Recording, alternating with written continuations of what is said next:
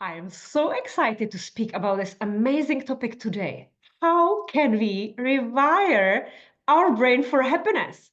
So, what is the science of the lasting fulfillment? First, we will look at what is the difference between happiness and joy? Hmm. What is hedonistic adaptation, or how can we avoid it? What are the habits and limiting beliefs that have impact on our energy and frequency? And lastly, what is energy? Energy is everything and everything is energy. So we are going to look at Nikola Tesla and his theory and how can we apply it in today's life. Last but not least, when you discover that there is a space for improvement, how can you escape this matrix? How can you break the cycle? So for those ones that don't know me yet, I am Blanka Campbell, the functional medicine practitioner and holistic nutritionist.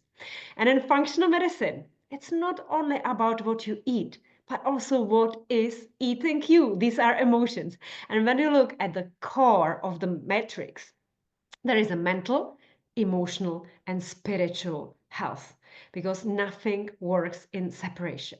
And on the bottom part, you can see the modifiable personal lifestyle factors that we can influence. And today we are going to look at relationship, stress, and maybe even relaxation, but we will deep dive into emotions.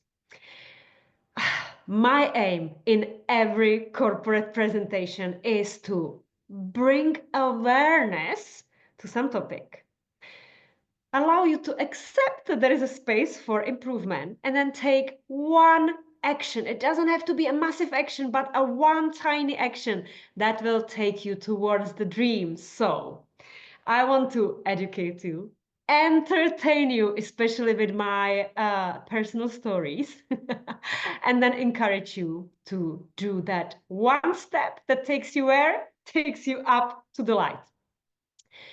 I love the quotes from the books, and this is my favorite book. I can't see a way through, said the boy. Can you see the next step? Yes, so just take that, said the horse. Very often we see this elephant in the room. We see a big task, big problem, and that scares us, or maybe we don't see the solution immediately. But all what we need to do is to take that one tiny step. Are you ready to take that one tiny step?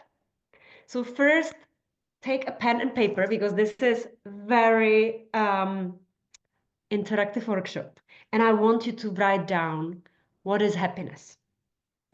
What does the word happiness mean to you?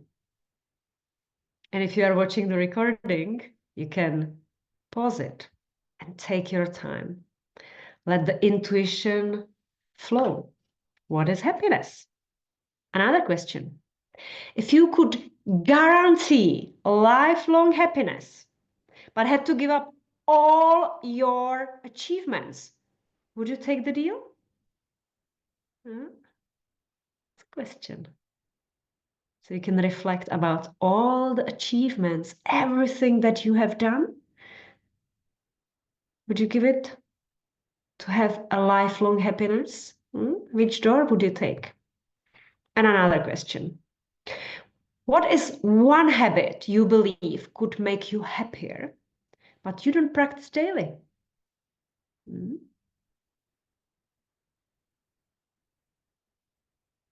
Because why do we do what we do, even when we know what we know? The knowledge is easy, but taking action is challenging. So now let's dive into this. So what's the difference between happiness and joy? So the dictionary would tell you that happiness is external, temporary, and it's conditioned. You say, when I go on holidays, I will feel happy. When I get that promotion, when I finish the studies, when I make the money, there is this when or if I get something, the condition that's going to make me happy. When I have the car, when I have the house, when I get married, when I have the children, then I will be happy. So it's like collecting all these coins in one pot. But what is joy? Joy is internal. It's sustainable. It comes from within. We don't need the external environment to make us happy. It's even the gratitude, the purpose, why you are here. It's the light that is shining from within you. It's the people that have the aura and the energy. They wake up in the morning grateful for what they have, and they appreciate it. So, what might very often happen when you are chasing happiness is that you experience hedonistic adaptation. And I am 100% sure that this happened to you as well. And I give you my personal story. So when I was studying, my first university was Italian language and literature. I used to work in summer as a travel guide in different Italian islands so that I could practice the language and enjoy this beautiful life. And so, the getting the deal and getting there and all of that, I was just chasing it. And then when I was there, it's like, I'm going to be so happy enjoying all of that. But what happened after 2, 3 months was that I wasn't enjoying anymore these beautiful beaches. I couldn't see this melon anymore. I didn't enjoy the seafood that I was looking forward to. I didn't want to walk on the beach. I actually started hating the salt on my skin and the sand everywhere. And then I had to wash my hair. Just everything became so unappreciated. So the happiness faded away. Another example that I can give you is like I used to chase all the diplomas and I kind of still chase them and I do it for other people, not for me. But before I was chasing validation from people. So if I speak fluently 5 languages, I have diploma from every language. I am the #1 functional medicine practitioner. I have the best university degrees. Then I will be someone. And then I always achieved it. But then the next day, I felt completely empty. So this is hedonistic adaptation. So what is the antidote to hedonistic adaptation? It is practicing the gratitude and finding the joy in little things.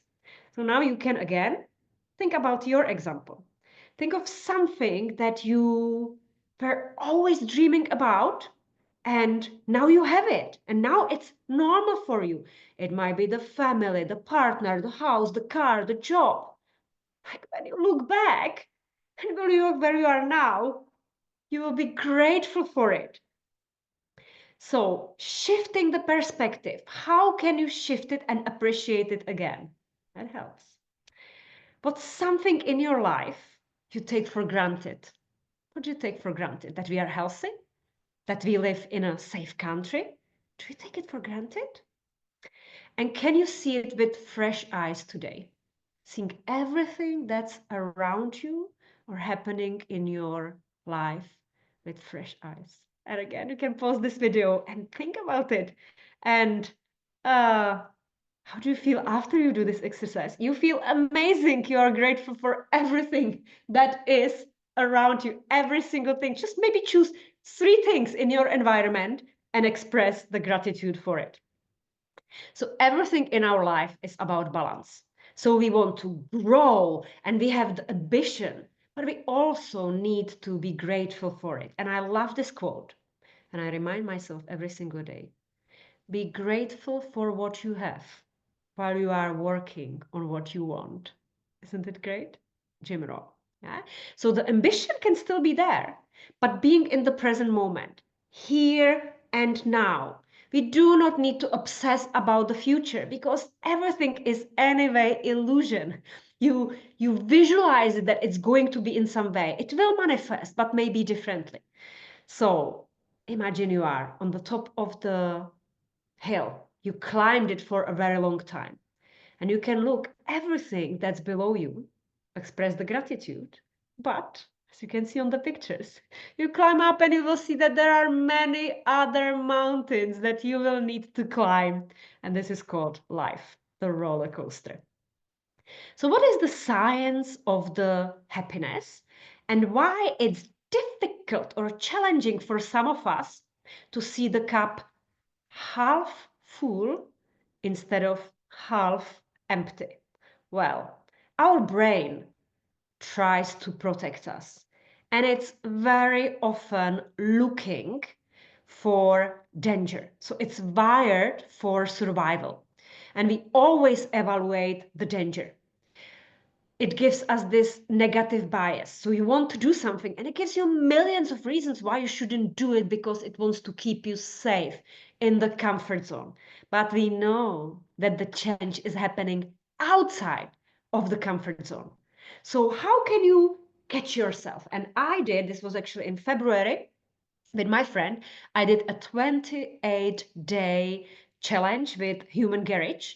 And it was like exercise, fascia release, and every single evening we had to do a journaling, and it was like a gratitude. So there were many questions that we were supposed to answer.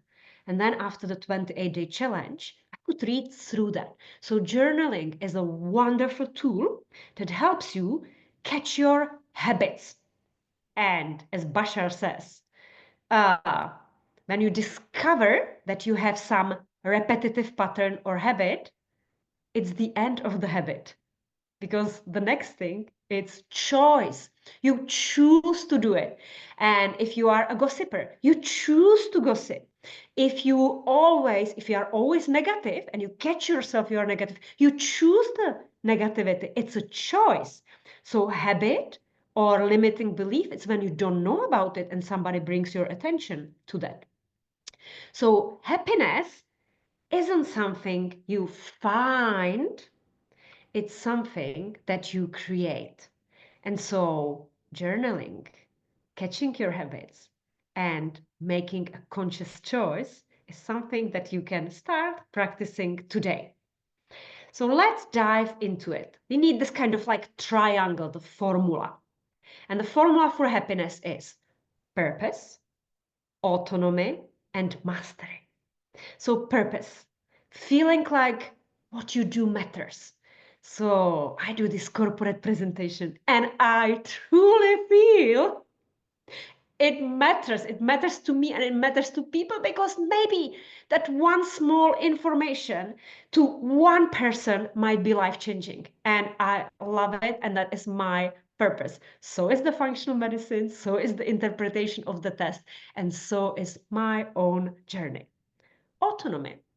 It's the freedom to choose how you live and work. And actually today I was talking to one of my clients, and she's a medical doctor. She's a director of a pharma company. And she felt like she doesn't have a choice. And she even shared with me that she feels the responsibility to take care of all her family members. And if she was to allow herself, give herself a permission to live the life, her dream life, she would fail in their eyes. Huh? So the autonomy, the freedom to choose, it's our choice and our illusion and our life, whether or not we see it. And so it's a one part of this triangle. And the third one is mastery. Getting better at something meaningful, something that contributes to the society, something that fills your cup. And you can take a break now and you can think about this. Do I have my purpose? Do I feel like I have a choice how I want to live my life or what work I want to do? And is there something that I could maybe work on to live a meaningful life? So what are some of the questions that you can ask yourself in this era? Because many chase external success, but still feel empty when they achieve it. We spoke about this, and it's called 5 times why. And I give you example on money, because many of my clients always bring money as one of the external factors that is blocking them from living the uncompromised life and feeling happiness and joy. So let's say that they say, I want more money or I need more money. So already wanting and needing, it's a lower vibration, like lower energy, and we will talk about it. And so I can ask this person why. The person says, well, to feel secure. Why? Because I fear uncertainty. And if you recall, in some of the previous presentations, we were talking about the 6 human needs. And certainty was one of them. We need to feel sure and certain that we have a partner, that we have a stable job, and all of that. Not many people like to choose uncertainty. So they fear it. Why? Because I have tied security to money. We always tie the word money to something. So today, my client tied the word money to responsibility. And this person tied it to security. So the next question would be, why? Because I never learned to create internal security. And right away we see it's not about money. It's about the emotions, the energy in motion. Yeah? And so, as Nikola Tesla said, if you want to find the secret of the universe, think in terms of energy, frequency, and vibration. Because every emotion, every thought, and every matter, even the pen in here, the matter, has a vibration and has a certain frequency. Yeah, and you can see the chart in here, and usually people would want to be at least in the ground zero. So it's like a zero space because this indifference and non-judgment and just being stable is where we mostly want to be. But if it was flat, you are dead. So we need to go up and down, but it's about the refractory period. How quickly can we get again to the zero state? Hopefulness. We are full of hope. There's always hope. Calm. Optimism. Curiosity. Peace. Courage. Positivity. Acceptance. Happiness. Yeah, and now we are going into high vibrations. Joy. Patience, freedom, trust. So when you look at this graph, where do you usually vibrate? And I recommend this as well. I did, it was called Human Design. And you give date of birth, place of birth, and exact time of birth. And they will calculate for you. This is a little bit like of astrology, but also Tao and some mix. And they're going to calculate for you which type you are, if you are a creator, and what you manifest, and what are your weak points. And for example, one of my weak points was bitterness. And I was like, that's true. I actually carry sometimes this negative emotion in me, and I can feel the bitterness and the anger in my liver and the gallbladder. That's where I have pain when I get very angry. And so you can connect the emotions to it. Some of my clients say, look, I just feel depressed, but for no reason. Everything in my life on the paper looks perfect. I have a perfect husband, perfect children, perfect house, enough money. I can travel, I have the freedom, but I still don't feel fulfilled. And then it's digging deeper of how we can find the root cause in the functional medicine and let the person emotionally vibrate higher. So look at it: heartache, failure, grief, fear. And just to say, of course, even the grief, it has a space in our life When you lose a loved person, of course you are going to feel grief. If you get divorced and it wasn't your intention, of course you are going to go through this grief and pain. And it's not that we want to suppress the emotions, but we want to also find a way to vibrate high. Did it ever happen to you that the energy of other people had impact on you?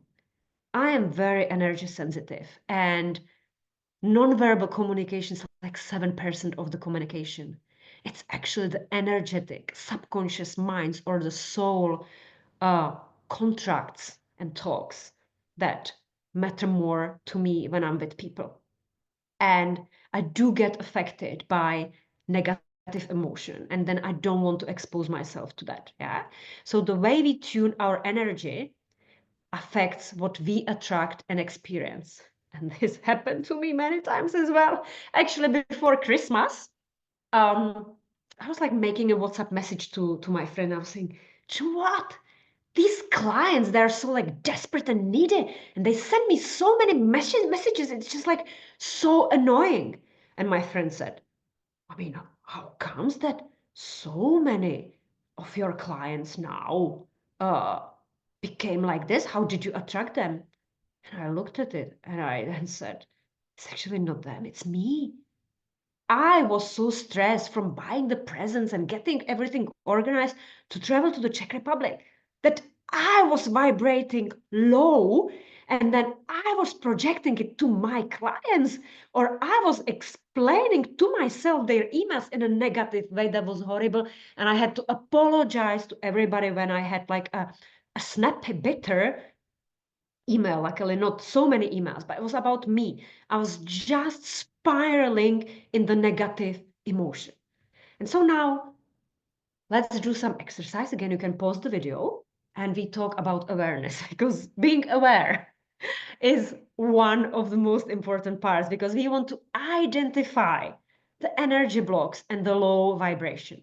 So you can ask yourself, what energy am I currently holding most of the time?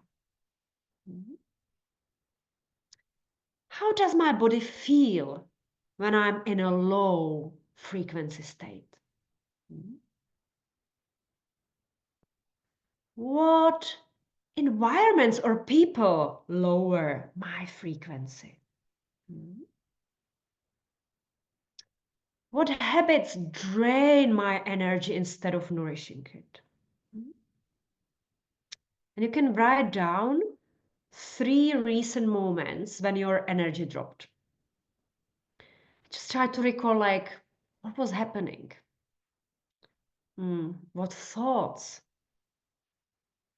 did I have in that moment? What was running through your head? Hmm. Did you react or did you respond? Did you suppress your emotions or did you shift your energy consciously? That would be slightly advanced, huh? And here are like some of the examples. Yeah. So, what energy do I hold most of the time? Is it frustration? Is it excitement? Is it anxiety? How does my body feel when I'm in a low frequency state? Do I have like any tension? Tension in my neck? Do I have stiffness in my body? Do I feel fatigue?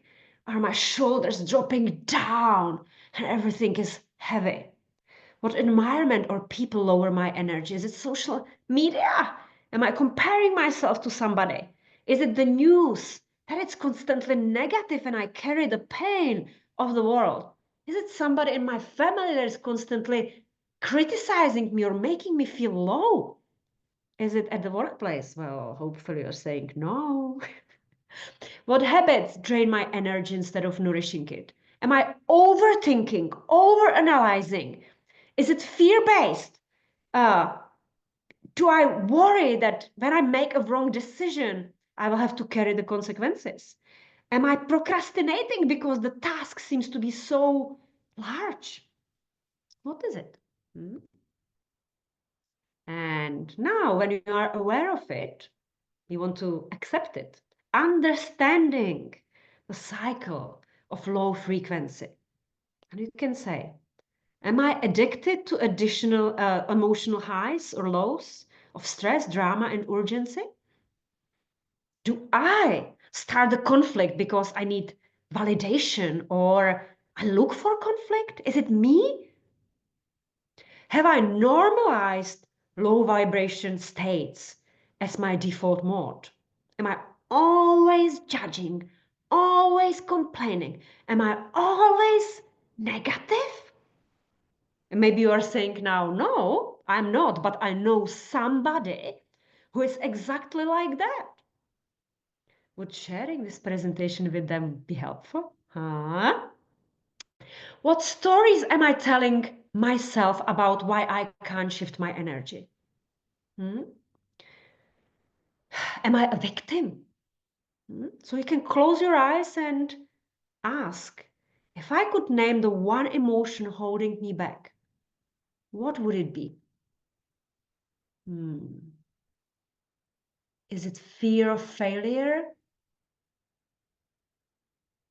Is it the memory of a previous pain?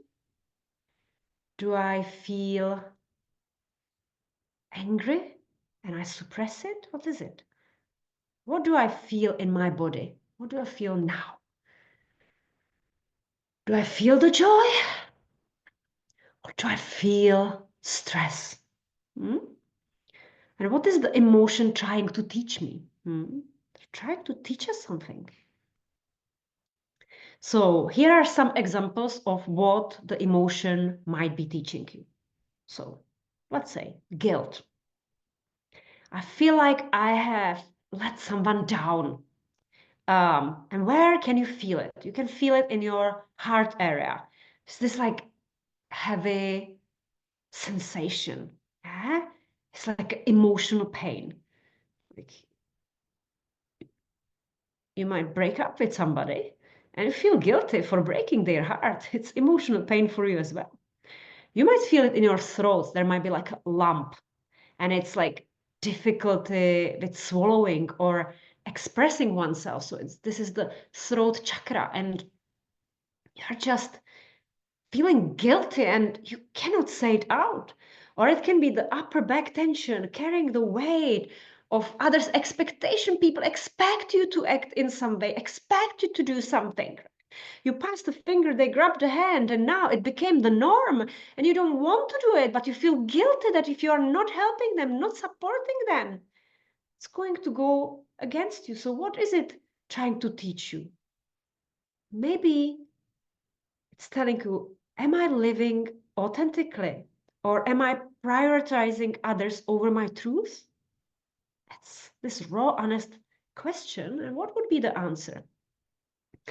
And then if you realize that it is, for example, guilt for you, how can you release it? So obviously finding a life coach and you can start journaling about it. What am I holding on to that is no longer mine to carry? Or breath work.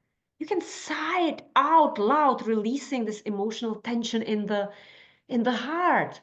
So sighing. Ah,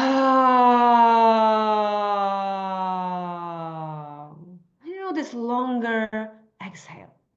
So you take energy inhaling. Ah,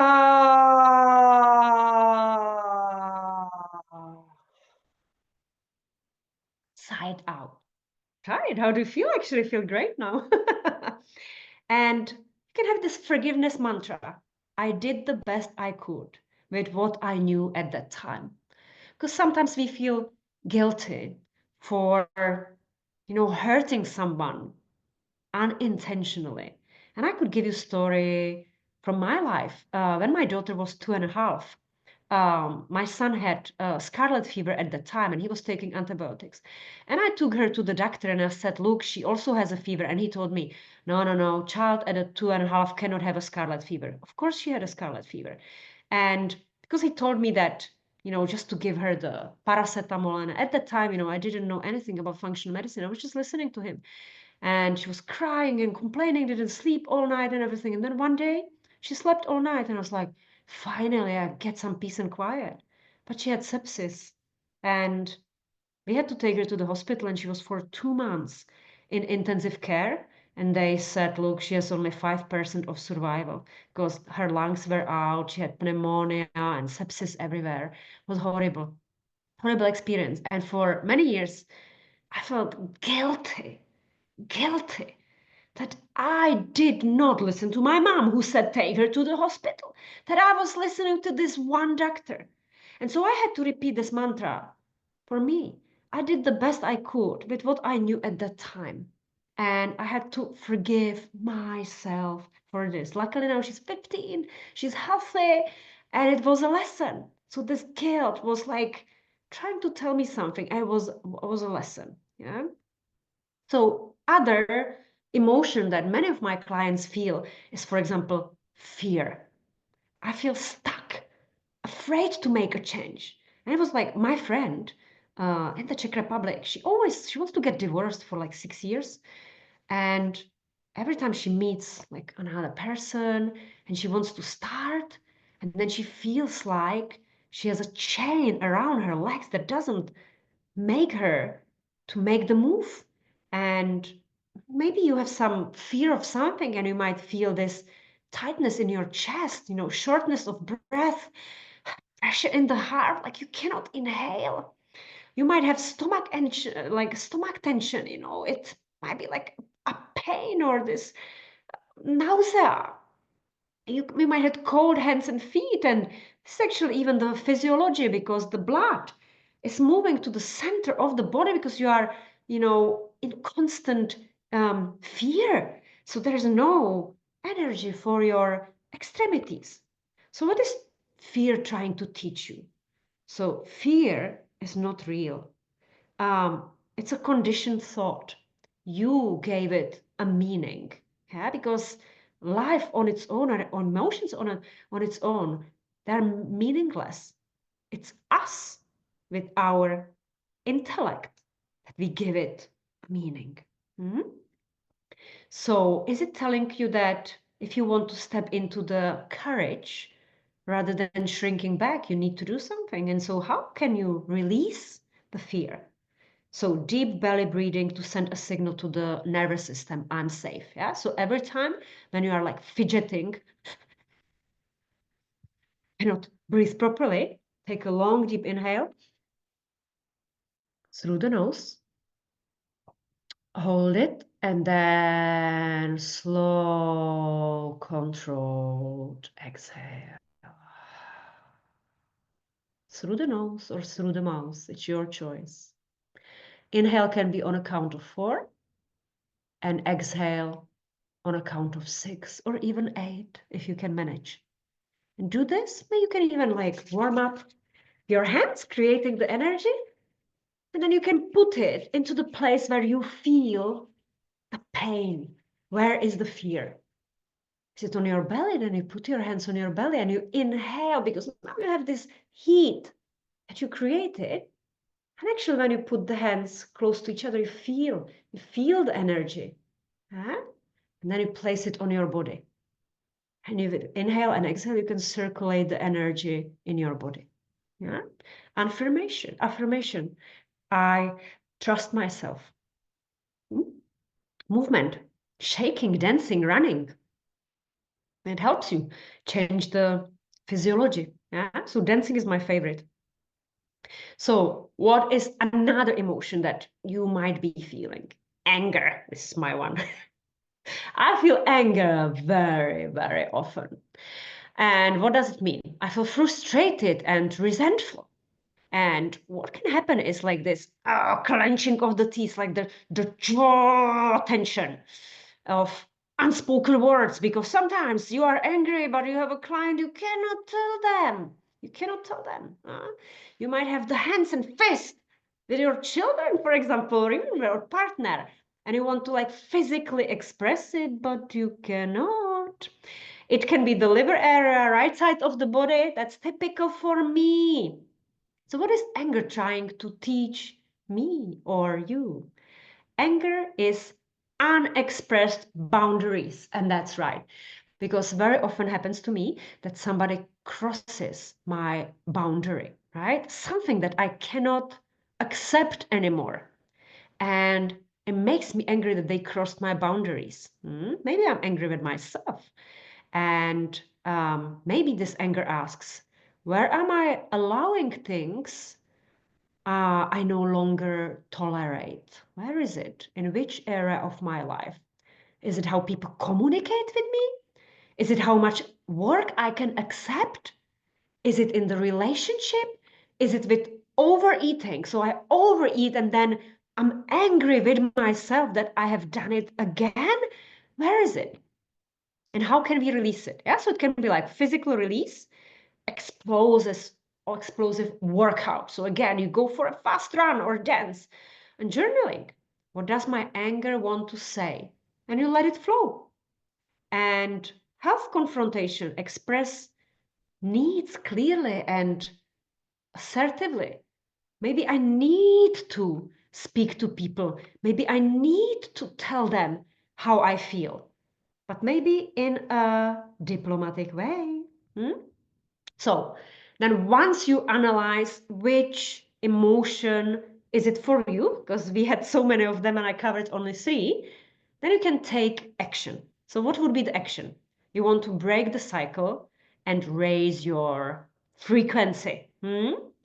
So think about it like, what tiny shift can I make in this moment to elevate my energy? What is it?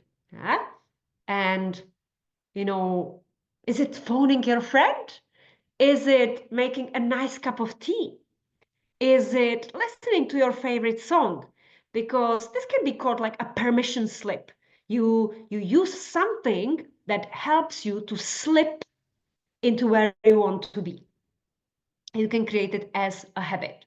So what daily habits can I integrate to create an energetic foundation?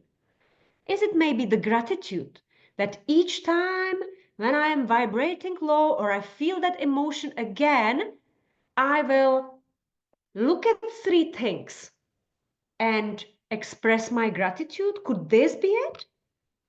What thoughts do I need to release to step into a higher frequency? Which negative thoughts and beliefs do you carry about money and people and time? What is it? What environments or people support my higher vibration? So are you in a group of people that lift you up? Who is it? Stay with them. So write down 3 activities that instantly lift your energy. Schedule them into your daily routine. Because only when you repeat things over and over again, it becomes your new habit. So what would I, for example, suggest? It can be this morning activation. 5 to 15 minutes yoga. I do yoga and stretching and dancing like every single day. But this is because I made my agenda like this. I used to work in corporate from 8 to 5.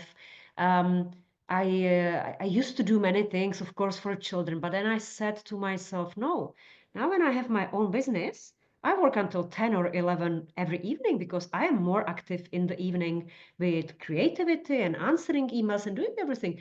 So morning is the time when I take for myself. So let's say I get up at 6, a cup of coffee, then I go for a walk with my dogs, get the sunlight into my eyes when it's not raining, and then I go for a run.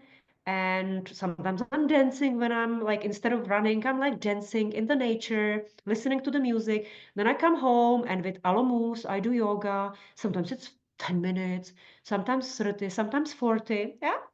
So that's my morning activation and hydration. So that's actually the first thing that I do in the morning. Lukewarm water with lemon, or sometimes I have there like a remaining herbal tea infusion. So I mix it with warm water and I drink this. And then I do also visualization and gratitude. But this is what I do actually in the bed, because when I get up, when I actually open my eyes before I actually get up, I immediately express gratitude for not having to work, because my work is my passion, it's my hobby. It's not work. Yeah. So I'm doing this because I love it. And I can lie in the bed with beautiful bed sheets and beautiful countryside in France, and I have beautiful dogs and beautiful kids and beautiful flowers that I'm looking at. It's just like so many things where I express the gratitude. So this is like my morning routine. Then midday reset, of course. That can be conscious breathing. Yeah, that can be when I'm waiting for the like lunch or the first meal of the day. I can look into the nature and just take conscious inhales and exhales. Yeah, you can do the alternative nostril breathing. And I check in with me because I do, of course, work with clients, and sometimes they might have like negative emotions. And sometimes I absorb it, or even from friends and people around me. Whose energy do I carry? And how can I shift it? How can I let it go? It's not my energy. Yeah? So it's really checking in. And then changing the state. How can I do it? Well, I obviously go again for a walk with dogs, lunchtime, laughing while I do this presentation. Like, so what is it for you? I'm just giving you inspiration. And there's like no judgment. I don't want you to judge me, even though like I don't care if you judge me. The most important is, how do I live my authentic life? And how can you live your life? You are not me and I'm not you. I'm giving you inspiration. Evening integration, 10 to 15 minutes. For example, this human garage, the 28-day challenge, that was absolutely brilliant. Yeah, but again, you can do alo yoga, you can go for a walk. And it's about reflecting, what energy did I have today? And what got me off? Huh? Because yes, I can get angry. Yeah, I become basically this thermometer. I react to some circumstance that happened, but I can write about it, and next time I can catch myself. This is the only way how you can do it, being a coach of your own life. Gratitude journaling, what I'm grateful for. How can I reprogram my subconscious mind? Can I do hypnotherapy, sound healing? Can I listen to the music, or can I meditate before I go to bed? Whatever it is for you. Yeah. And people very often ask me, but Blanka, how long did that take you to have this yogic mindset? Well, it took me like 10 years. So what can you feel immediately? Yeah, because we want immediate. So the breath work, movement, laughter, you can feel the change of your state immediately. Then keeping the stable energy and, getting rid of the negative thoughts and breaking the pattern, if you work on it 1-2 weeks, you can definitely be able to catch yourself before you act. Any habit usually takes between 21 to 66 days. If you do it every single day, all day, it's not the meditation 10 days during the day, it's all day long. Yeah. So new energetic habits fully integrate in this time, and you can tune into the vibration. Yeah. And then it takes months and years, and it's a never ending journey.